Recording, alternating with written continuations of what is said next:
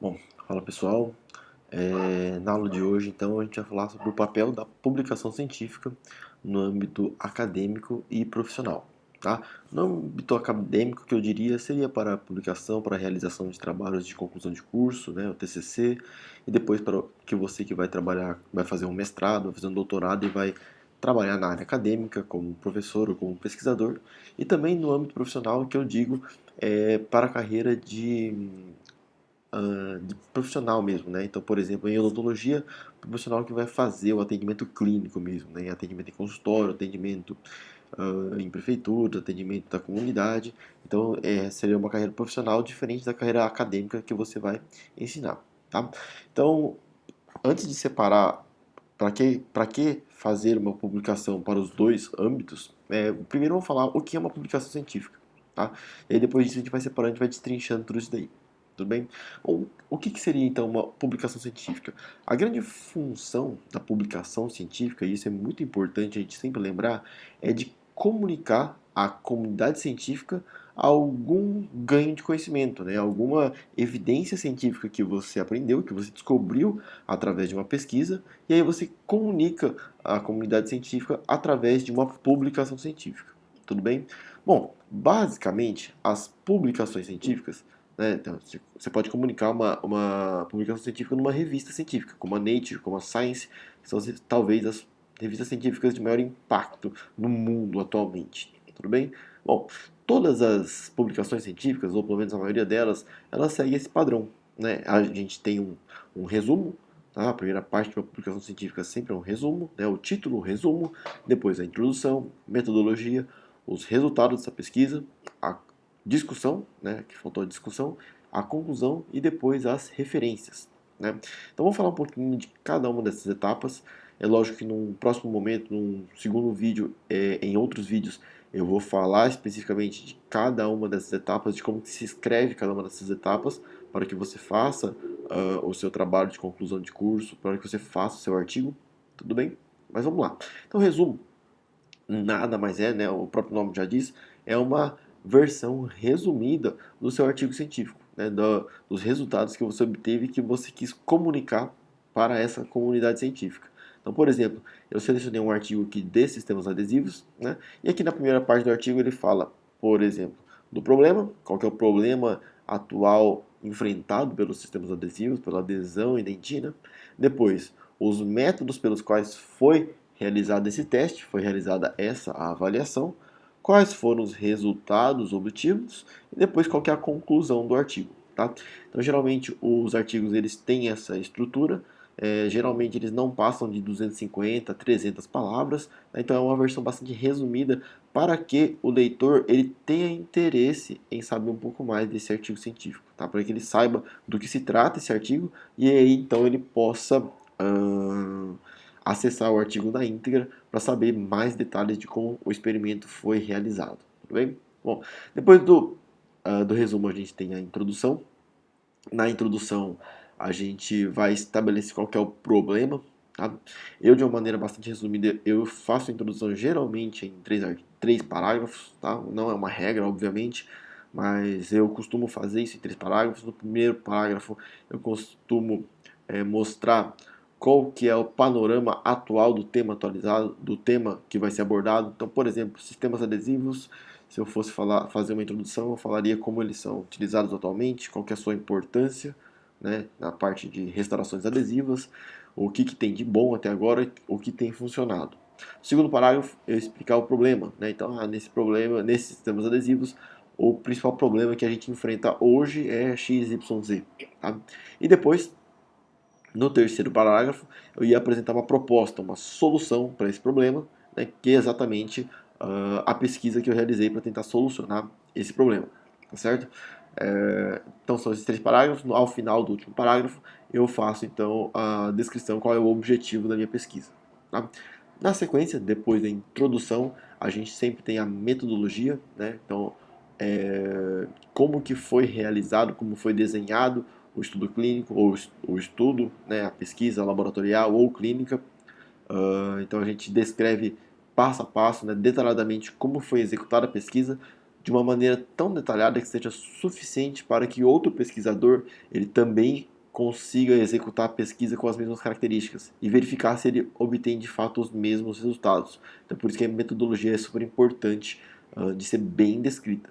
Tá? Quando a gente vai falar de ensaios de relatos de caso clínico, geralmente o capítulo de metodologia ele é substituído pela descrição do caso clínico. Tá?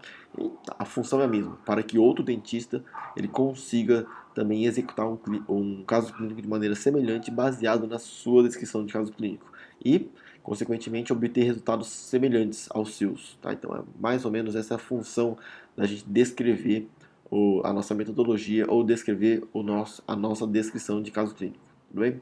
Depois disso, a gente geralmente tem os resultados, quais foram os resultados obtidos, a gente, aliás, desculpe, ainda na metodologia a gente geralmente coloca várias tabelas, né? Então, por exemplo, uma essa tabela em que a gente descreve quais são os materiais utilizados, né? Então, em muitas revistas, esse capítulo de metodologia também é chamado de materiais e métodos, porque a gente também define quais foram os materiais utilizados para a realização dessa pesquisa. Tá? Então, aqui é um exemplo de uma tabela. E depois, então, realmente a gente chega nos resultados. Os resultados é um capítulo bem curto do artigo, tá? Ele é bem direto. A gente vai falar que a pesquisa obteve x, y, z de resultados de acordo com a análise estatística, se for apropriada, e a gente não vai levantar hipóteses, tá? Não é no capítulo de resultados que a gente falar, eu acho que isso aconteceu por causa disso, por causa daquilo, não. Simplesmente você vai falar assim, então o resultado foi esse, né? O resultado foi, por exemplo, 70% ou 50 megapascal, é um número, e isso teve ou não diferença estatística do grupo controle. E ponto final. Tá? Ponto final. Aqui você não vai justificar nada, você simplesmente coloca qual foi o resultado bem objetivo da sua pesquisa. É no capítulo de discussão, aliás, nos resultados, então geralmente também a gente coloca várias tabelas, né? Nessas tabelas então a gente consegue verificar de uma maneira bastante objetiva e numérica quais foram os resultados obtidos. Depois, na sequência, acabou faltando aqui na apresentação, que eu estou percebendo agora, mas faltou o capítulo de discussão. Né? Na discussão que é quando a gente tenta explicar o porquê que esse resultado foi atingido. Né? A gente pode na discussão que a gente pode lançar hipóteses, né? Então, por exemplo, se um adesivo A foi melhor que um adesivo B, é na discussão que a gente coloca a nossa opinião como autor, como pesquisador, por que será que o adesivo A foi melhor que o B? Provavelmente porque ele tem alguma composição diferente, porque ele é mais solúvel, porque ele é mais fluido, porque ele tem um grau de polimerização melhor. Então a gente explica e tenta explicar isso baseado em outras evidências científicas, baseado em outros artigos também. Tá? Então, esse capítulo de discussão é super importante. A gente também é na discussão que a gente justifica eventualmente quando a gente faz alguma alteração de método. Né? Então, o método convencional era o método ABC e a gente resolveu fazer um método ABD. Então, a gente mudou alguma coisa, a gente tem que explicar na discussão o porquê que a gente adotou esse método diferente. Tá? Depois da discussão, a gente tem o capítulo de conclusão, que é bastante objetivo. Então, se o objetivo de trabalho for avaliar se o adesivo foi bom, se foi melhor que o outro adesivo, que é o adesivo controle, depois de, sei lá, 36 meses, então, na conclusão a gente fala, então, depois de 36 meses a gente teve um resultado assim, assim, assim. Então, é bastante objetivo, respondendo quais foram os objetivos da nossa pesquisa. E, lógico, todas as referências utilizadas para fazer, então, desde a introdução, a metodologia utilizada, até na discussão, né? Então, tudo isso, todas as referências utilizadas, elas devem ser incorporadas no capítulo de referência, para que o leitor ele possa ter acesso a esses outros artigos que você citou, né, e também fazer a sua busca e também ganhar conhecimento. Tá? Então, perceba que a publicação de um trabalho científico, a comunicação de um achado científico para a comunidade científica é uma técnica bastante estruturada, né, em que a gente faz esse artigo científico e ele é lido, então, aí em vários países do mundo. Tá? Agora, existe um problema. Será que todos os artigos são iguais? Não, é lógico que tem diferença entre os artigos científicos. Tá? Então, existem várias diferenças, na verdade. Eu vou mostrar a primeira delas aqui e, na sequência, eu vou mostrar algumas outras também. Bom, será que todo artigo científico ele tem a mesma evidência científica? Ele tem o mesmo nível de evidência científica? Então, vamos supor que eu Eu sou professor de dentística, né? Então eu posso falar para você, né, escrevendo um artigo, que o adesivo A ele é melhor que o B. Por quê? Minha opinião.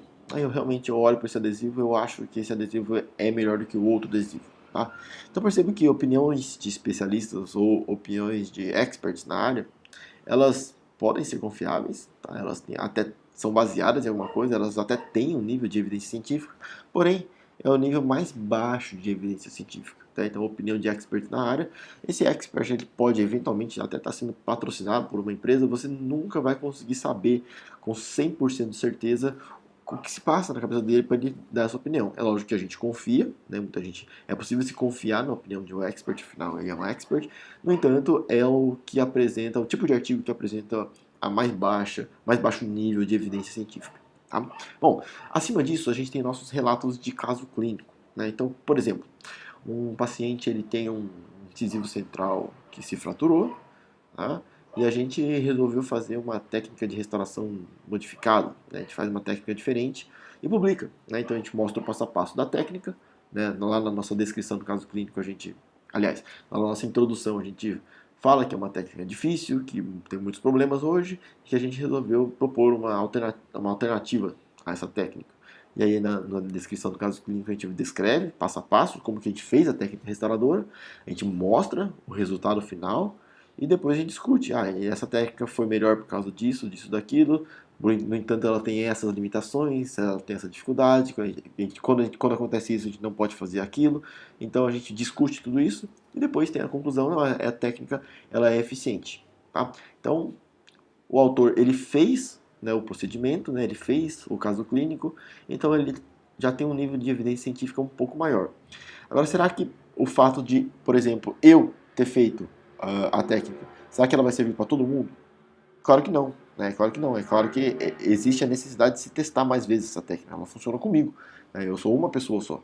Então, o nível de evidência científica, ainda assim, mesmo sendo melhor do que a simples opinião do expert, ainda é um nível de evidência científica um pouco baixo. Não quer dizer que o artigo é ruim, tá? É completamente diferente isso. Estamos falando de níveis de evidência científica.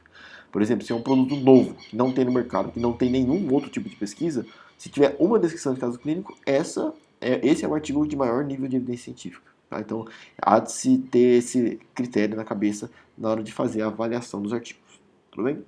Bom, acima dos relatos de casos clínicos, nós temos os ensaios laboratoriais. Então, por exemplo, eu estou querendo mostrar que um adesivo A é melhor que o adesivo B. Tá? Uma coisa é eu falar, opinião de expert. Outra coisa é eu fazer um relato de caso clínico, né, em que eu fiz a restauração e depois de 5 anos eu mostro uma outra foto e a restauração ainda está boa. Né? Então, depois de 5 anos, quer dizer que o adesivo é bom. Tá? Então, é um nível um pouco mais alto de evidência científica. Mais alto que isso, e se eu pegar, sei lá, 30 dentes, fazer o teste, um ensaio laboratorial, por exemplo, um teste de microtração que avalia a resistência de união de um sistema adesivo, e comparar com 30 dentes em que foi utilizado o sistema adesivo B. E aí, a gente faz a avaliação numérica da força, da resistência de união, né, imediatamente, depois de um envelhecimento acelerado de 1 ano, aí a gente vê qual que é a resistência de união final do adesivo A e do adesivo B. Então percebe que se o B realmente tiver uma diferença estatística superior, né, uma resistência de união superior ao adesivo A, aí o ensaio laboratorial ele fornece um nível de evidência científica bastante satisfatório, ele consegue prever de uma maneira bem eficiente qual seria o comportamento clínico desse sistema adesivo. Né? Então o ensaio laboratorial ele acaba tendo um nível de evidência científica maior do que um simples relato de caso clínico, certo? Bom, mas a gente sabe que nem tudo que a gente faz no laboratório, isso acontece na boca, né? Então, acima disso, nós temos os estudos cohort, ou estudos de caso controle, em que por exemplo, né, no exemplo de sistemas adesivos ainda, em que vários estudos foram feitos, né, com longevidade de muitos pacientes, e aí depois de 5 anos, então, em estudo clínico, a gente consegue verificar que o adesivo B foi melhor do que o adesivo A, por exemplo. Tá? Então, depois de muitos estudos clínicos. Então, isso são os estudos cohort, né, que tem uma população de pessoas que recebeu o tratamento com o adesivo A, comparado com o adesivo B, e aí a gente tem esse resultado. Então, a gente tem um controle clínico. Né? É claro que você vai percebendo também, conforme a gente vai subindo essa pirâmide, conforme a gente sobe, aumenta a quantidade de dinheiro necessário, de investimento necessário para a gente conseguir executar a pesquisa. Não só de dinheiro, mas também de tempo e de energia do pesquisador. É lógico, é muito mais fácil emitir uma opinião de um expert ou fazer um relato de caso clínico do que fazer um estudo coorte, por exemplo, em que vários casos clínicos eles são avaliados. Tá? Bom, acima dos estudos coortes, nós temos os estudos clínicos ou os ensaios clínicos controlados, randomizados.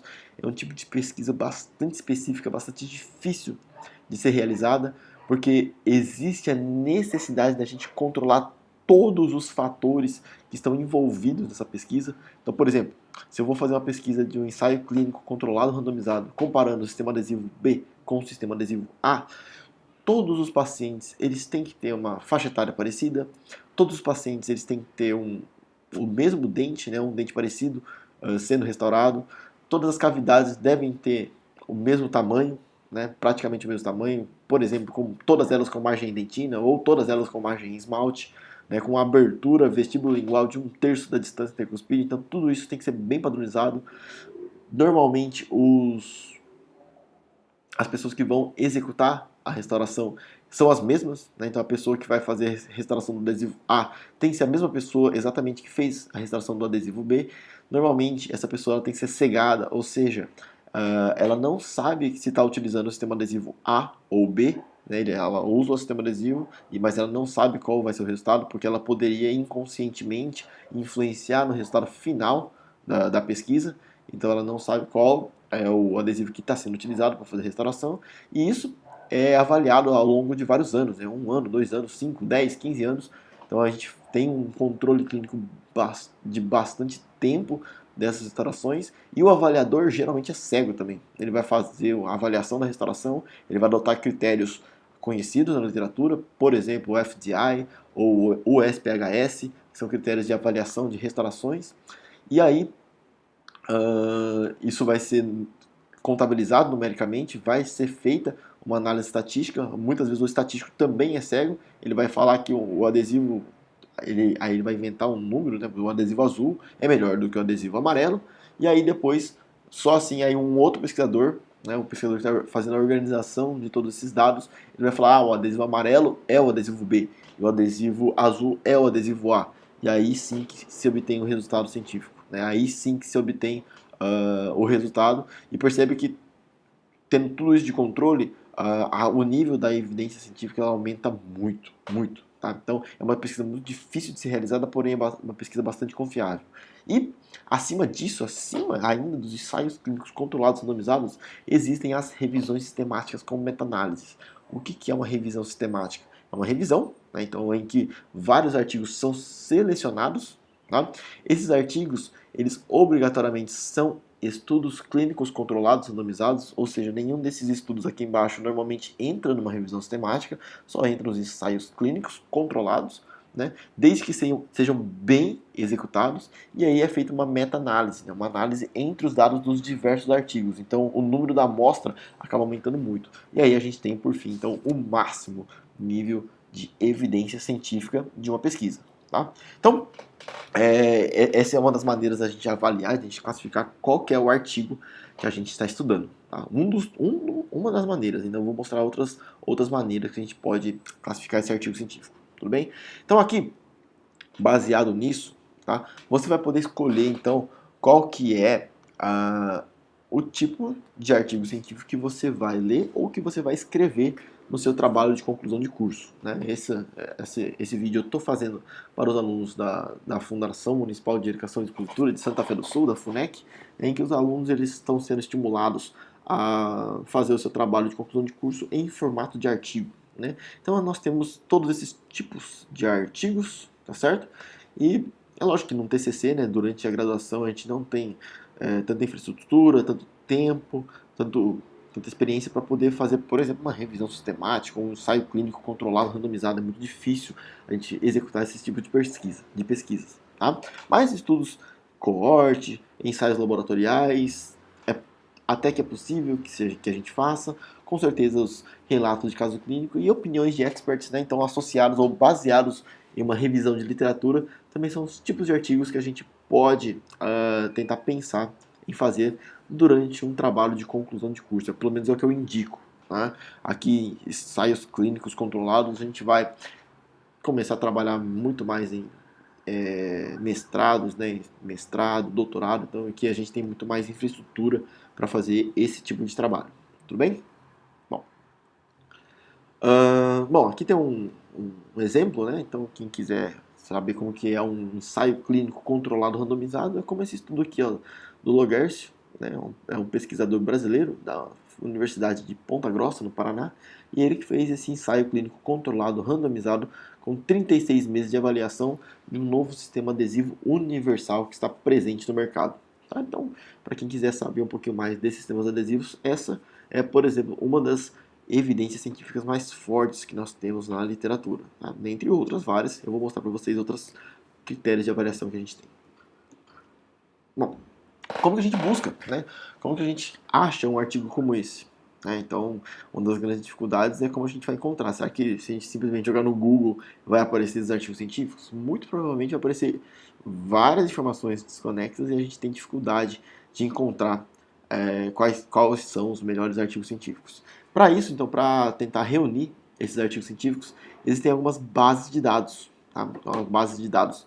Por exemplo, a Easy Web of Knowledge, né, que é a da Thomson Reuters, que é uma empresa que confecciona bases de dados, é uma das empresas mais importantes, né, uma das bases de dados de saúde mais importantes que tem no mundo inteiro. Né, a Easy Web of Knowledge. A Scopus também é uma base super importante, daí você vê. Então, são duas empresas que têm uma base de dados fantástica, né? Com muitas revistas, então muitas revistas estão cadastradas e não é qualquer revista que entra nessas bases de dados. Apenas as melhores revistas do mundo, elas conseguem ser incorporadas nessas bases de dados. Tá? Pra vocês terem uma ideia, atualmente no Brasil, em odontologia, apenas 3 revistas odontológicas estão indexadas na Thomson Reuters, se eu não me engano, posso estar enganado, tá? Mas eu tenho quase certeza disso, que é a Journal of Applied Oral Sciences, que é a revista da USP de Bauru. Temos a Brazilian Dental Journal, que é a revista da USP de Ribeirão Preto. E temos a Brazilian Oral Research, que é a revista da Sociedade Brasileira de Pesquisa Odontológica. Né? Então essas 3 estão indexadas na Thomson Reuters. E na Scopus, se eu não me engano, além dessas 3, a revista Brazilian Dental Science, da Unesp de São José dos Campos, ela acabou de ser indexada também na Scopus. Tá? Então eu acredito eu que sejam essas 4. Talvez a revista da Unesp também esteja indexada aqui, eu não tenho certeza absoluta. Tá? Então, mas isso é só para vocês terem uma ideia então, de como é difícil ter uma revista indexada nessas bases de dados. Segundo problema, para ter acesso a essas bases de dados, você tem que ter uma conexão vinda de uma faculdade. Né? Então, por exemplo, quando você faz um mestrado, doutorado, você faz graduação numa USP, Unesp, Unicamp, você tem acesso a esse tipo de base de dados para você procurar os artigos. Tá? Então, nem todas as faculdades têm, é muito caro você ter acesso a esse tipo de base de dados. Então, aos estudantes da FUNEC, eu tenho quase certeza aí que essas bases de dados elas não estão disponíveis atualmente. Tá? Mas isso também não é um problema, nós temos outras bases de dados. Por exemplo, o PubMed e o Embase são 2 bases de dados gratuitas. Tá? O PubMed é dos Estados Unidos, o Embase é da Europa. São bases de dados que têm até um volume maior de revistas científicas. Então, tem mais revistas no PubMed do que na Scopus. Tá? Mais revistas do PubMed do que na Thomson Reuters.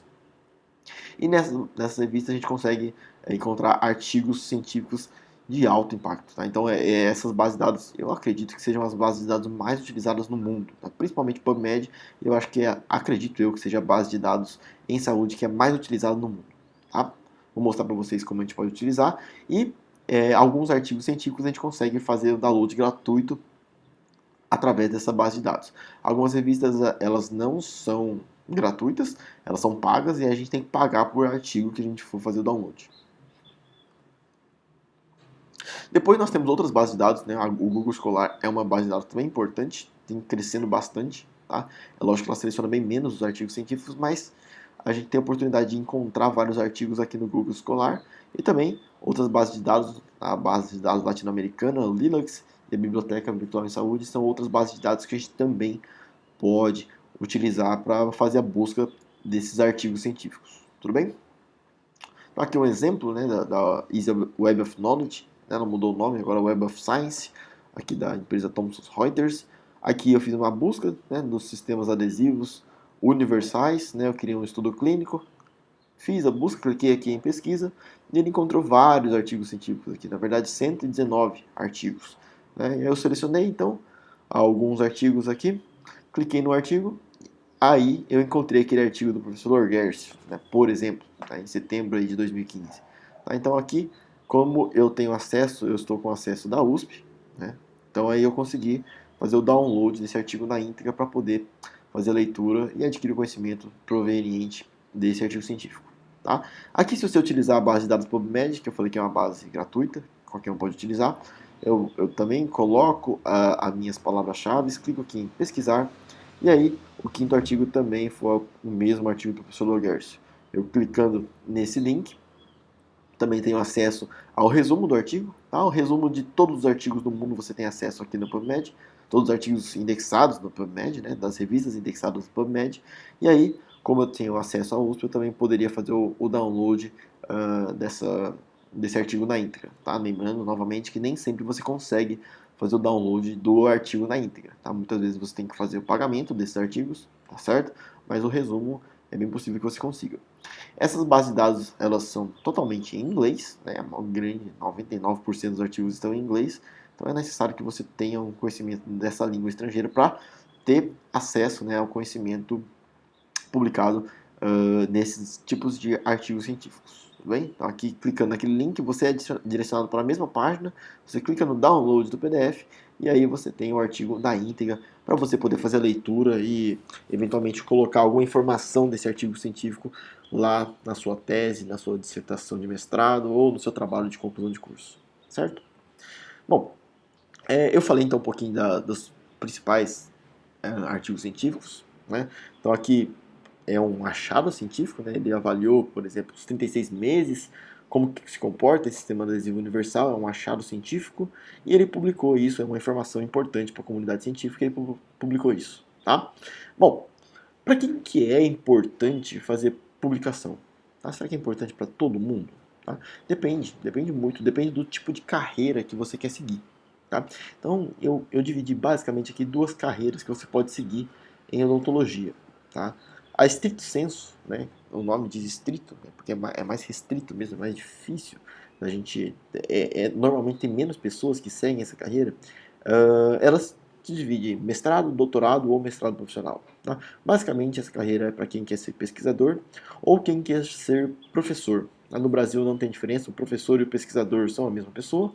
No mundo, né, nos Estados Unidos, existe a profissão pesquisador, ela é diferente da profissão de professor. Tá?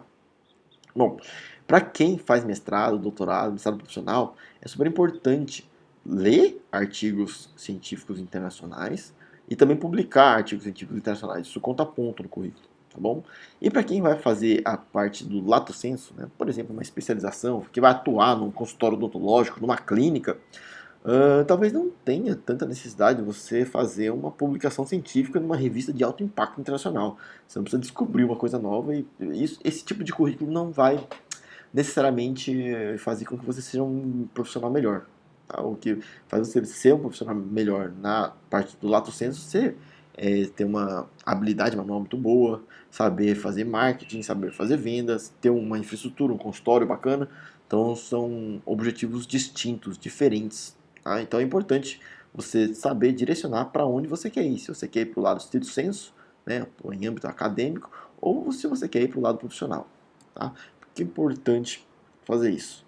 Bom, primeiro, né, pelo tipo de artigo científico que você quer estudar, é muito mais difícil você sendo um profissional, né, você trabalhando dia a dia no consultório, você ter como fazer a leitura de todos esses artigos. Tá? Então, geralmente, um profissional de consultório ele vai procurar basicamente ler as revisões sistemáticas com meta-análise, então ele vai te dar já a evidência científica direta, o que é o mais certo, o que é o mais importante, e vai ver vários relatos de caso clínico aí para você aprender as novas técnicas. Tá? Então, basicamente, esses dois artigos mais importantes para quem vai trabalhar na área profissional.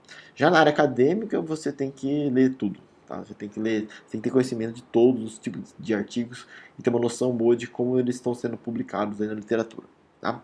Bom, outra maneira de você selecionar o artigo científico é pela revista. Existem algumas revistas que têm um fator de impacto, né, uma importância, existe uma maior seleção, uma maior restrição de artigos para serem publicados.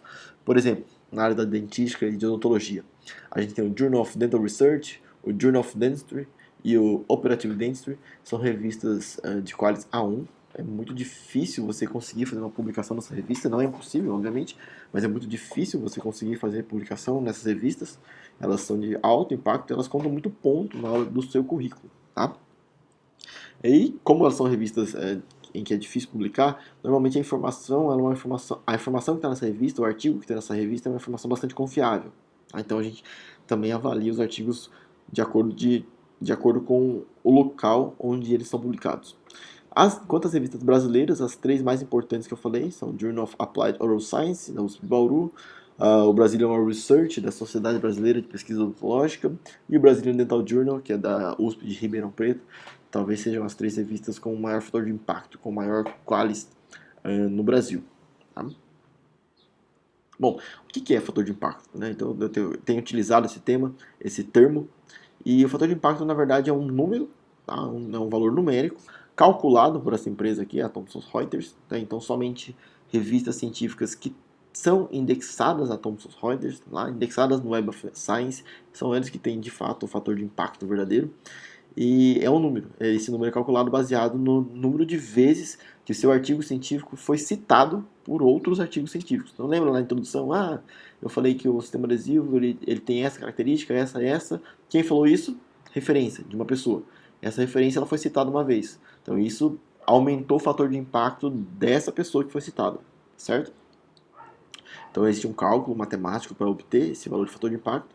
E no Brasil, a gente não segue tanto o fator de impacto como uma necessidade, assim, uma avaliação da qualidade da revista. A gente avalia a qualidade da revista de acordo com o Qualis. Então o Qualis ele é atribuído por uma empresa, né, uma empresa estatal, a CAPES. E a CAPES ela que faz a avaliação das nossas revistas científicas e ela determina se ela é uma Qualis A1, A2, B1, B2. Tá? Então, aqui só para vocês terem uma tabela comparativa. Tá? O fator de impacto da revista Nature Science é de 40 mil, 33 mil, é um fator de impacto altíssimo. Tá? São revistas que não têm qualis, porque para que uma revista tenha qualis é necessário que exista uma publicação de um programa de pós-graduação brasileiro nessas revistas, então, como não teve, não tem qualis. E aqui são as revistas da odontologia, né? Do qualis da odontologia, o Journal of Dental Research tem um fator de impacto bem alto, ele é um A1, o Journal of Dentistry é um A1, Operative Dentistry é um A1, e essas daqui, né, mais baixo, 0.9, são qualis A2, tá certo? Então a gente avalia as revistas quanto ao qualis dela também, tá? Isso é super importante no Brasil. Super importante por quê? Vou mostrar também.